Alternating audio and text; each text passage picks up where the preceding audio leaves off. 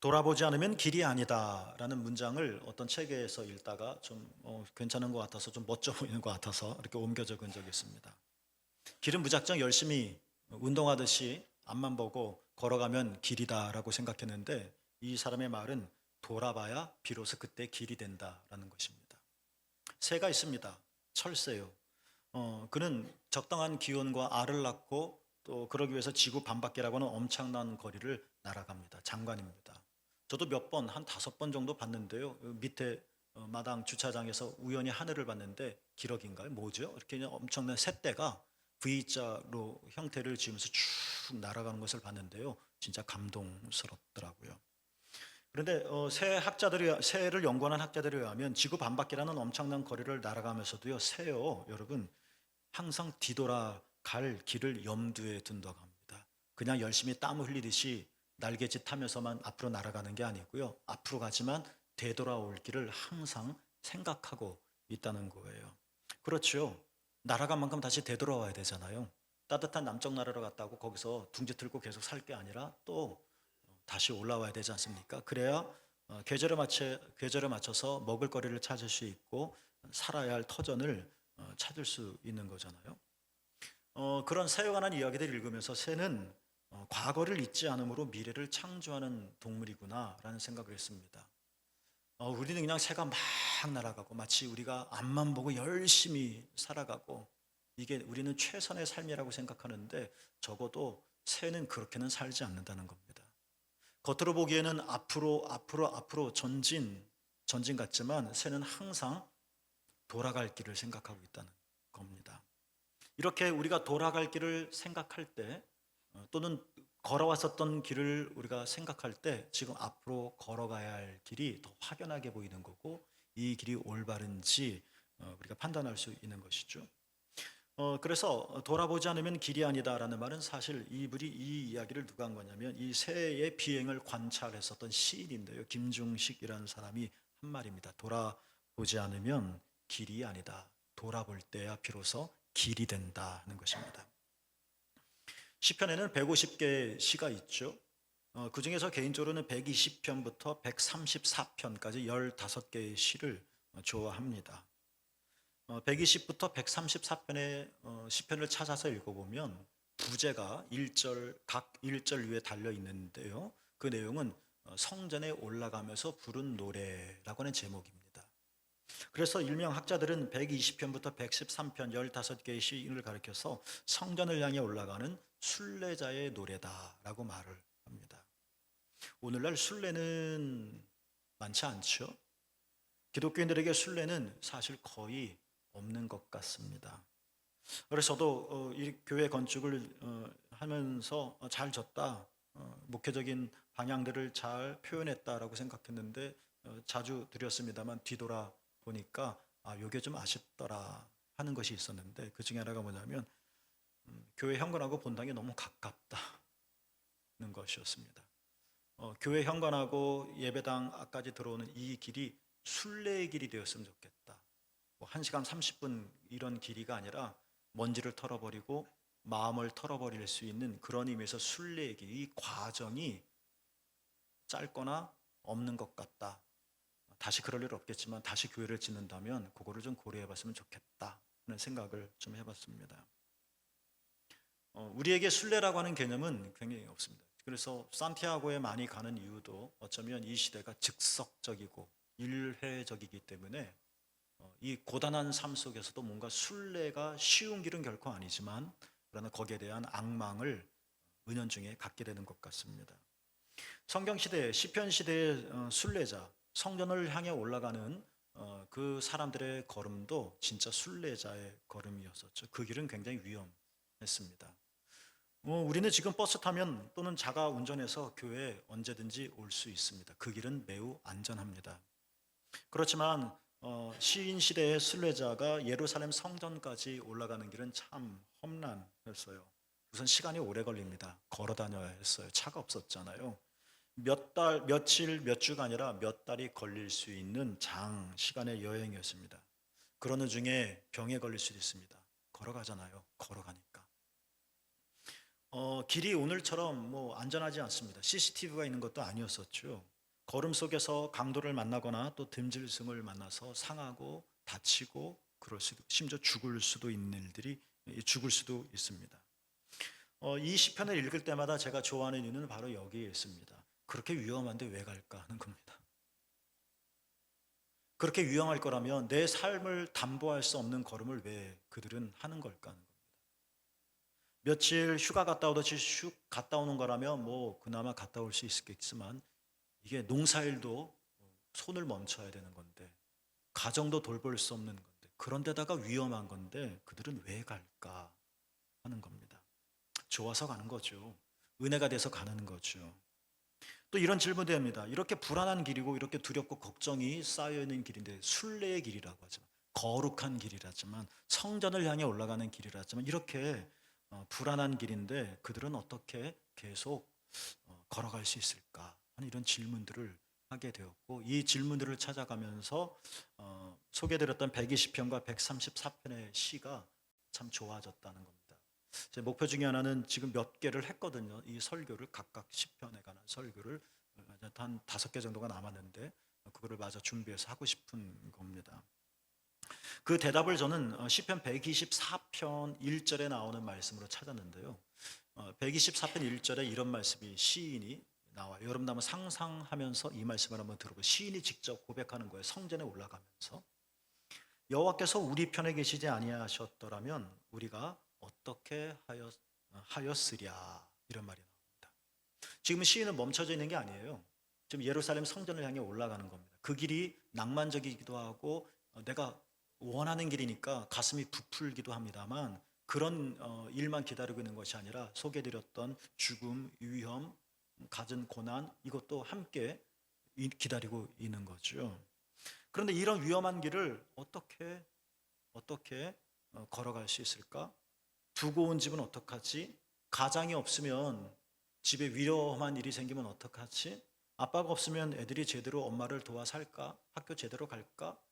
친구하고 싸우고 돌아오면 누가 위로해 주지? 이거 뭐 한 달, 두 달, 석 달 동안 집을 떠난다고 생각해 보세요. 걱정되지 않겠습니까? 그런데도 그들이 걸음을 멈추지 않은 것은, 여호와께서 우리 편에 계시지 아니하셨더라면 우리가 어떻게 하였으랴. 개역 성경에서 좀 이렇게 쉽게 다가오지 않는 표현이기는 하지만, 하나님께서 우리 편에 계셨기 때문에 지금 우리가 지금 이렇게 되었다, 좋았다라는 말이죠. 그러니까 시인은 지금 앞으로 가고 있습니다. 그리고 앞에 놓인 길을 향하고 있는 거죠. 방향 설정이. 그런데 소개드렸던 시편 124편 1절은 뒤에 있는 일을 얘기하는 겁니다. 지금 앞으로 가려고 하는데 걸어왔던 뒷이야기를 하는 겁니다. 그래서 지난 걸음들을 회상하는 겁니다.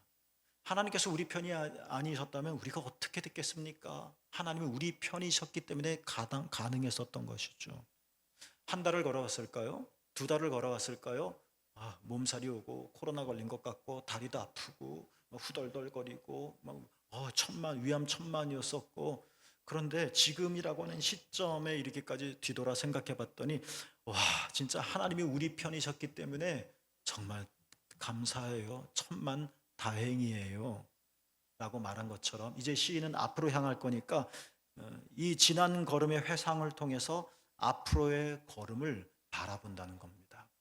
단순히 앞만 보고 열심히 달려가는 게 아니라, 앞을 향하여 달려가는 이 힘이 어디서 나오는 거냐면 뒤를 바라본 것이었다는 겁니다. 이렇듯 돌아보아야 우리는 앞으로 더 잘 나갈 수 있다는 거겠죠.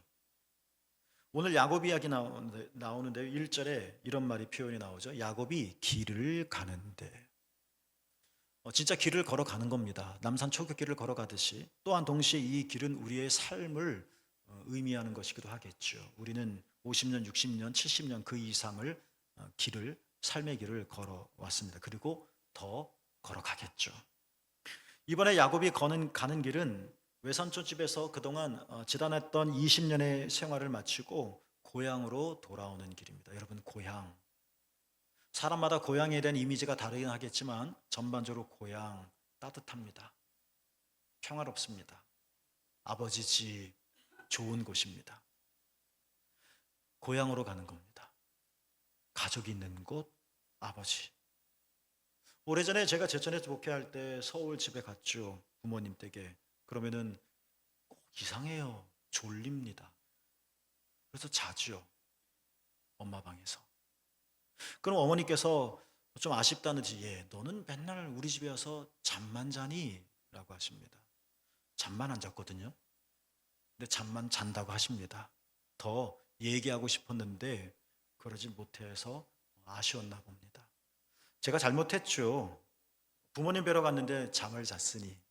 그래도 애들로 표현을 했죠. 아무리 생각해도 말 잘한 것 같은데 대답을. 엄마, 그래도 엄마 집이니까 편해서 잠이 오지. 라고 말이죠. 부모님 집이 이렇다는 겁니다. 고향이 이렇다는 겁니다. 야곱이 지금 고향을 가는 겁니다. 그토록 소망했던 고향입니다. 얼마나 기대가 있겠습니까? 얼마나 마음이 지금 흥분되겠습니까? 이걸 신앙 언어로 말하면 구원이라고 말할 수도 있겠죠. 그런데 그 구원을 향한, 하나님의 성전을 향한, 고향을 향한 야곱의 길에 이렇게 가슴 설레는 것만 있는 것은 아니라는 겁니다. 어떻게 해요? 우선은 그 길엔 두려움이 있었는데요. 뒤를 생각해 보면 재산을 훔쳐 도망갔다라는 생각에 외삼촌 라반이 야곱을 추격해 오는 이야기가 오늘 보면 32장이잖아요. 31장에 나옵니다. 물론 진짜 추격해 왔어요. 그래서 야곱과 라반 외삼촌이 평화 협정을 맺어서 탈은 생기지 않았어요. 그러나 우리 알거든요. 외삼촌이 얼마나 간교한 자이고 얼마나 이기적이고 폭력적인 줄. 그러니까 평화 협정을 맺었다 할지라도 이게 손이뿐이니까 언제든지 이 협정을 깨고 못된 짓을 할지 모르는 거예요. 안심이 안 됩니다. 더 심각한 문제는 뭐냐면 고향을 향하는 이 앞길, 야곱이 걸어가야 할 길, 가고 싶은 그 길에 뭐예요? 에서가 부하 400명을 거느리고 야곱을 기다리고 있다는 것이었습니다. 이게 진짜 무서운 거였습니다. 고향 가고 싶어요. 근데 거기에 누가 있어요? 가르마기 에서의 부하 400명 기다리고 있다. 누구를요? 야곱을. 이게 오늘 정황입니다. 이 32장은 사실 야복강 사건으로 굉장히 유명한 장입니다. 그러나 저는 야복강도 중요하지만 야복강이 있기까지 어떻게 야곱이 진짜 밤새도록 천사와 씨름할 수 있었을까? 정말 죽기 싫어서 있는 힘을 다 발휘한 바락과 같은 것이었을까? 뭐 그렇게 볼 수도 있겠죠. 이 야복강에 밤새도록 씨름하고 엉치뼈가 관절뼈가 망가질 만큼 참으면서 필사적으로 몸부림친 배경에는 오늘 본문의 사건이 같은 날 거의 비슷한 장소에서 있었기 때문이라는 것이에요. 그래서 오늘 사건이 중요한 거, 본문 사건이 중요한 거예요. 오늘 본문에 보면 그때였습니다. 와, 가슴 흥분하게 우리 인생의 계획을 설계합니다. 그런데 이 장밋빛만 있는 것이 아니에요. 소위 에서의 400명이 있다는 겁니다. 이걸 어떻게 해야 될까? 이걸 해치고 나가야 고향에 돌아올 수 있는데 이걸 어떻게 우리는 감당할 수 있을까? 그때 하나님의 천사가 야곱 앞에 나타났습니다. 1절 이야기입니다. 32장 1절. 궁금합니다. 야곱은 어떻게 그들이 천사였다는 것을 단번에 알았을까 하는 겁니다. 뭐 알만하겠죠. 그러나 적어도 성서적인 서술로는 천사가 이러이러하게 나타났기 때문에 야곱이 알아봤다라는 어떤 설명이 하나도 없습니다. 1절에 천사가 나타나 사자라고 되어 있죠. 천사가 나타나 2절에 근데 야곱이 그들을 볼 때에 새벽 성경은 알아봤다. 천사인 줄 알았다는 겁니다. 내가 천사라는 말도 안 했습니다. 근데 어떻게 야곱은 천사인 줄 알았을까? 이게 궁금한 거예요. 제 개인적인 묵상으로는 이렇습니다. 그래요, 맞아요. 사람 모습으로 분명히 왔을 것 같기도 한데 늘 언제나 구약성경 상당 부분 천사가 사람의 모양으로 나타난 경우들이 많이 있으니까. 근데 어떻게 천사인 줄 알았다고요? 그렇잖아요, 여러분. 이 순간에 야곱에게 고향으로 막 가고 싶은 뜨겁고 환희에 찬 열망, 그런데 현실적으로 기다리고 있는 400명, 그래서 이것들 때문에 두려워 떨고 있을 수밖에 없는 현실 앞에서 천사가 딱 나타났을 때 번뜩거리며 야곱의 기억 속에 스쳐 지나가는 것이 있었는데 그게 무엇일까요? 과거에 있었던, 그러니까 창세기 28장에 있었던 베델 사건이었습니다. 그때 야곱은 베델에서 꿈을 꾸었죠. 꿈에 하늘과 땅을 잇는 사닥다리, 계단 모양의 사닥다리가 있었고 그 사닥다리에 천사들이 오르락 내리락 하는 놀라운 광경을 보았습니다. 그러니까 이미 그 베델 사건 이후 약 20년 동안 외삼촌 라반의 집 하란에서 살고 지금 본문에 이제 이르는 건데요. 이 20년 동안 삶이 너무나도 지난하고 아프고 힘들어서 이 베델의 꿈을 날마다 생생하게 간직하고 표현했는지는 모르겠지만, 근데 실제로 20년에 관한 성경의 표현을 보면 직접적인 베델의 표현은 없거든요. 아니면 삶이 힘드니까 묻혀버릴 수도 있었을 텐데, 그러다가 오늘 32장에 이른 건데 이 깊이 묻힌 이 베델의 체험을 어떻게 끄집어낼 수 있을까? 이게 하나님의 은총이죠. 모르겠어요. 그동안 이 베델의 사건을 그냥 소중히 혼자 거의 간직만 하고 때로는 의식화시키지 못했었는데 갑자기 천사가 나타난 것을 보고 불현듯 이게 막 그 안에 떠오른 겁니다. 베델의 사건을 떠올리면서 아, 당신도 천사지 하고 2절에 알아차렸다는 겁니다. 이것들이 가능한 해석의 근거는 뭐냐면 야곱은 단순히 와, 당신들 천사네 라는 베델 사건의 희귀한 신기로운 천사 체험만이 아니라 베델에서 창세기 28장 하나님께서 하셨었던 말씀도 기억해냅니다. 오늘 32장에 보면 세번역 성경으로 9절에 야곱이 하나님께 이렇게 기도해요. 고향 친족에게로 돌아가면 은혜를 베푸시겠다고 저에게 약속하신 주님. 지금 기도해요. 하나님 그러셨죠. 뭐라고요? 예전에 하나님께서 베델에서 고향 친척에게로 돌아오면 은혜를 베풀겠다라고 예전에 약속하셨죠. 주님. 이 이야기가 오래전 베델 창세기 28장 15절에 나옵니다. 이 말씀을 지금 32장 9절에서 하나님께 기도하는 중에 끄집어내는 겁니다. 지금 너무나도 간절해서 없었던 말, 내 평생에 처음 하는 말을 하나님께 기도로 올린 것이 아니라 그 옛날에 하나님께서 약속하셨던 것들을 다시 가슴속에서 끄집어내 하나님께 올려드리는 거라는 겁니다. 기억하는 거예요. 말하자면 정리하면 이렇게 말할 수도 있겠죠. 야곱은 지금 이 절대절명의 위기 순간에 두려움의 현실 앞에서 자신이 지금까지 걸어온 삶을 돌아보고 있다는 겁니다. 천사구나. 맞아. 아, 맞아. 그때 주님이 이런 말씀하셨죠. 지난날의 삶을 재정리하는 겁니다. 그런 후에 야곱이 계속 하나님께 연이어 기도합니다. 11절, 오늘 보면 32장 11절 세 번역을 읽어보면 이렇습니다. 부디 제 형의 손에서 에서의 손에서 저를 건져주십시오. 이거는 베델에서 기도하지 않았던 내용입니다. 정리하자면 32장 9절에서는 베델에서 하나님께서 해주셨던 말씀을 다시 끌어올리고 32장 11절에서는 이제 과거를 이렇게 돌아보면서 11절에서는 하나님 건져주십시오 라고 미래에 대한 어떤 기대를 품기 시작했다는 겁니다. 야곱은 이곳을 2절 마하나임이라고 불렀다고 했습니다. 이곳 이름이 예전에는 뭔지 모르겠습니다. 그런데 나는 이곳이 마하나임이다 라고 했다는 겁니다. 그러니까 오늘 이 사건이 야곱에게서는 굉장히 중요한 경험이었다는 겁니다. 그냥 싱싱거리고 아니면 뭐 밋밋한 거라면 굳이 마하나임이라고 이름을 바꿔 부를 필요까지 없었을 텐데 그냥 좋은 곳 정도였을 텐데 이름을 바꿔버렸다? 야곱에겐 잊지 못할 사건이요 장소라고 하는 뜻이겠죠. 여러분 성경에 마하나임에 보면 각주가 있나요? 마하나임이 이런 뜻이라고 그러죠. 두 진영, 군대가 머무는 진영. 한 개가 아니라 두 개의 진영이란 뜻이고 또 동시에 이렇게 검색 창구를 찾아보면 이 마하나임이 또 어떤 뜻이냐면 하늘에 하나님의 군대들, 진영이 군대들이 주둔하는 곳이니까 비슷한 의미겠죠. 하나님의 하늘의 군대들. 이런 뜻으로서의 여기 이름은 마하나임이다라고 야곱이 정했다는 겁니다. 그렇다면 마하나임은 이렇게 정리할 수 있을 것 같아요.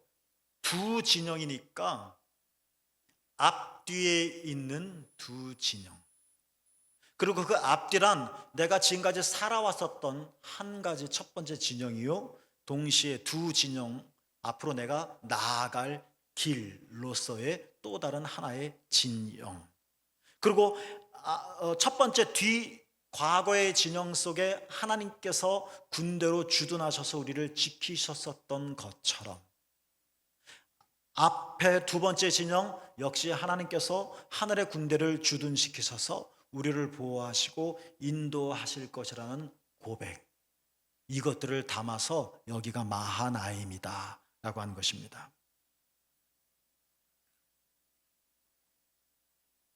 어느 미국의 인디언 부족이 있는데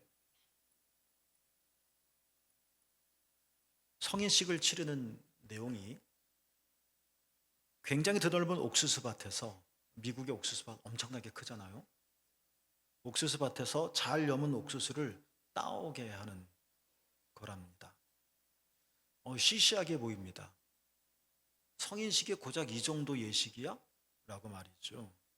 그런데 이게 굉장히 의미 있는, 그래서 계속 성인식으로 시행해 왔었던 건데, 이 성인식에는 한 가지 규칙이 있다고 합니다. 그 규칙의 내용은 왔던 길을 돌아가면 안 되는 겁니다. 보십시오. 집이 있습니다. 굉장히 넓은 옥수수밭이 있습니다. 따러 가겠죠. 잘 여문 옥수수를 막 갑니다. 그리고 시간에 맞춰서 다시 돌아와야 돼요. 그런데 내가 지나간 길은 흔적이 있잖아요. 흔적. 그 길로 돌아오는 게 아닙니다. 다른 길로 돌아오는 겁니다. 그러니까 갈 때도 딸 수 있고 돌아오면서도 딸 수 있겠죠. 내가 동으로 출발했다면 돌아올 땐 서로 돌아와야 되고요. 내가 북으로 출발했다면 돌아올 땐 남으로 돌아와야 되는 겁니다. 이 성인식이 성인이 되고자 하는 젊은이들에게 가르치려고 했었던 내용은 이런 거랍니다. 따다 보면 지금 막 내가 옥수수를 따는데 앞으로 계속 가다 보니까 더 괜찮은 옥수수가 있어요. 그리고 조금만 더 가면 더 많은 옥수수를 딸 수 있을 것 같아요. 이렇게 무작정 앞으로 가기만 하면 안 된다는 겁니다. 돌아와야 하니까. 시간을 반으로 써서 반을 가고 반 시간을 와야 되지 않습니까? 두 분. 근데 너무 좋은 옥수수가 또 있다고, 여긴 더 좋네 하면서 무작정 계속 앞으로만 가다 보면 돌아올 수가 없는 겁니다. 그러니까 이 의식에서 이 젊은이들에게 가르치려고 하는 것이 뭐냐? 지금까지 당신이 걸어온 길을 잘 살피라는 겁니다. 당신이 지금 얼만큼 걸어갔는지, 그리고 당신이 어떻게 걸어왔는지, 당신이 걸어간 길을 잘 살펴야 진정한 성인이 된다. 그리고 제대로 돌아올 수 있다. 미래를 창조해 나갈 수 있다. 그런 의미가 담겨져 있는 것이 아닌가 싶습니다. 여러분, 때로 우리는 어떤 길을 가야 할지 막막할 때가 있습니다. 내가 장님은 아닌데, 소경은 아닌데, 그러나 진짜 길이 안 보일 때가 있습니다. 어느 길을 선택해야 될지, 캐스터웨이 영화의 마지막 포스팅처럼 넓은 길 사거리에 주인공이 서서 어디를 갈지 몰라 방황하는 그 그림이 그려져 있는 것처럼 우리가 그럴 때가 있습니다. 아니면 내가 방향은 아는데, 어디 이 길이다라는 것은 아는데 그 길을 향하여 발을 떼기에 힘에 부칠 때가 있을 겁니다. 마치 예루살렘 성전을 향해 가는데 수많은 일들을 내가 겪어서 더 가야 하지만, 가고 싶지만 갈 수 없거나, 아니면 예상되는 내 속에서, 생각 속에서 예상되어지는 끝없는 두려움 때문에 주저주저 하거나, 그리고 지도가 있는 것도 아니었을 터이니 이 길이 바른 길인가? 제대로 된 길인가? 헛갈릴 수도 있고. 여러분, 우리는 어떻게 하면 될까요? 우리의 삶 속에서 이러한 일들을 겪을 때 우리는 어떻게 용기를 낼 수 있으며 우리는 어떻게 내 길이 옳다는 것을 확인받을 수 있을까요? 그렇습니다. 지나온 길을 돌아보는 겁니다. 지금까지 내가 걸어온 삶은 나 혼자만의 삶이 아니라 두 진영, 베델. 하나님께서 하나님의 군대로 나를 지켜주셨던, 그래서 내가 오늘이라고 하는 시점에 이르렀었던 여러분의 그 첫 번째 진영의 경험이 있지 않습니까? 그 경험을 떠올리라는 겁니다. 집에서 출발하여 현 시점에 이를 때까지 하나님께서 나를 이렇게 인도하셨지. 지금 보면 하나님이 우리 편이 아니셨더라면, 그런 하나님이 우리 편이시란 이야기죠. 그 하나님을 끄집어 올리고 그 고백들을 다시 회상하고 첫 번째 진영이죠. 마하나임, 두 진영이니까 그 진영을 우리가 관찰하고 우리가 바라보고 상고하면서 우리는 앞으로 가야 할 길에 용기를 낼 수 있을 거라는 겁니다. 두 번째 진영, 하나님께서 여전히 우리가 걸어가야 할 그 길에 하나님께서 우리와 함께 하실 것이고 하나님께서 우리의 걸음을 인도하실 것이라는 확신이 우리 안에 깊이 새겨진다는 것이죠. 오늘 마하나임 이후로 이제 약복강에 이릅니다. 약복은 고향에 이르는 큰 가름막입니다. 이거 넘어야 합니다. 그래야 고향에 이르습니다. 근데 못 넘습니다. 이것은 하나의 귀중한 은유인 것 같습니다. 우리가 넘어가게 될 것이 있는데 넘지 못한다는 겁니다. 우리가 고향으로 가기 위해서는 반드시 건너가야 되는데 건너지 못하게 하는 가름막이 있다는 겁니다. 두려워서. 야복강이 깊어서 강폭이 넓어서 못 가는 게 아니라 400명 때문에 못 가는 겁니다. 예상하는 400 때문에. 그것이 야복강으로 표현되는 거겠죠. 여러분, 우리는 그 강을 어떻게 건널 수 있을까? 우리는 어떻게 밤이 새도록 천사와 씨름할 수 있는 용기를 낼 수 있을까? 여러분, 하나님이 여러분과 함께 하십니다. 지금까지 두 진영, 첫 번째 진영이죠. 지금까지 하나님께서 여러분과 함께 하셨었던 것처럼, 아 맞아, 당신은 천사야. 아 맞아, 하나님이 나와 함께 하셨지. 내 걸음들을 뒤돌아보는 순간 우리는 반짝이는 미래를 보게 되어질 거라는 것이죠. 오늘 마치 오늘 설교 본문의 제목은 아가서 6장 13절에 술람미 여인이 솔로몬과 춤을 추면서 마하나임에서 춤을 춘다 하는 말씀이 나오는데, 그 말씀을 따와서 마하나임의 춤이라고 제목을 담아봤는데요. 마하나임은 넉넉고 편안한 곳은 아니었지만, 그러나 마하나임은 여전히 살아가야 할 몫이 남아있는 시간이기는 하지만, 그러나 마하나임은 하나님이 여전히 나와 계속 앞으로 함께 하실 것이다라는 마음 든든한 확신을 얻는, 하나님을 만난 거룩한 장소라는 것입니다. 그래서 야곱은 춤을 출 수 있었을 것 같다. 사랑하는 여러분, 여러분의 삶 뒤와 뿐만 아니라 앞에도 하나님께서 진을 치시고 여러분을 인도하실 것입니다. 천국 가는 그날까지 이 마하나임의 사건을 기억하면서 우리의 지나온 삶의 모든 하나님의 은총과 역사를 떠올리면서 앞으로 잘 씩씩하게 나아가신 여러분 모두가 되기를 주님의 이름으로 축복합니다. 기도하겠습니다. 하나님